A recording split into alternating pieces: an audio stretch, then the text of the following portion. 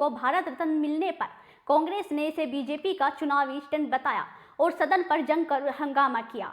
इस हंगामे से बीजेपी समेत तमाम पार्टियों के नेता ने कांग्रेस पर नाराजगी जाहिर की। इस सिलसिले में अब रालोद अध्यक्ष जयंत चौधरी ने कहा कि भारत रत्न जब दिया जाता है तो इसी समय दिया जाता है। क्या कांग्रेस का दावा और पेशकश ये है कि जिस साल में चुनाव है उस साल सरकार किसी को भारत रत्न ना दे?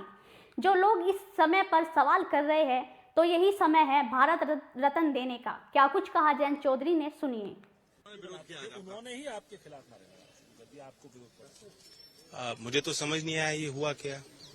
अगर मैं चौधरी चरण सिंह जी को जब भारत रत्न सरकार ने दिया है, ये क्या मेरा दायित्व नहीं बनता या अधिकार नहीं बनता कि मैं सदन की कार्रवाई में उस बात को रखूं, धन्यवाद दूं।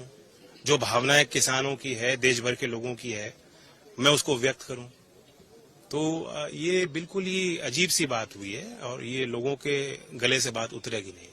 सर, लेकिन एक बात ये भी है कि बाहर जब सांसद निकले, कांग्रेस के भी सांसद निकले, उन्होंने ये कहा कि आज अगर जयंत चौधरी बीजेपी के साथ खड़े दिख रहे हैं तो ऐसा लगेगा कि चौधरी चरण सिंह जी को जो अवार्ड भारत रत्न दिया गया तो वो डील हो रही है, इसलिए ये चीजें। मैं दो सवाल आपसे पूछना चाहता हूँ। भारत रत्न जब दिया जाता है तो इसी समय दिया जाता है?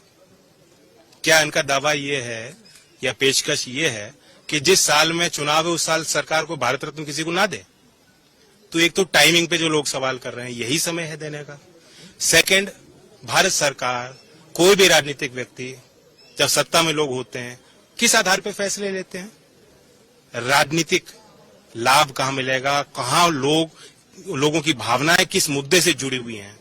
अगर कोई जनता की भावना को समझते हुए, जिनको 37 साल में भारत रत्न नहीं मिल पाया, तमाम सरकारें आई और चली गईं, किसी ने नहीं दिया, अगर उनको सम्मान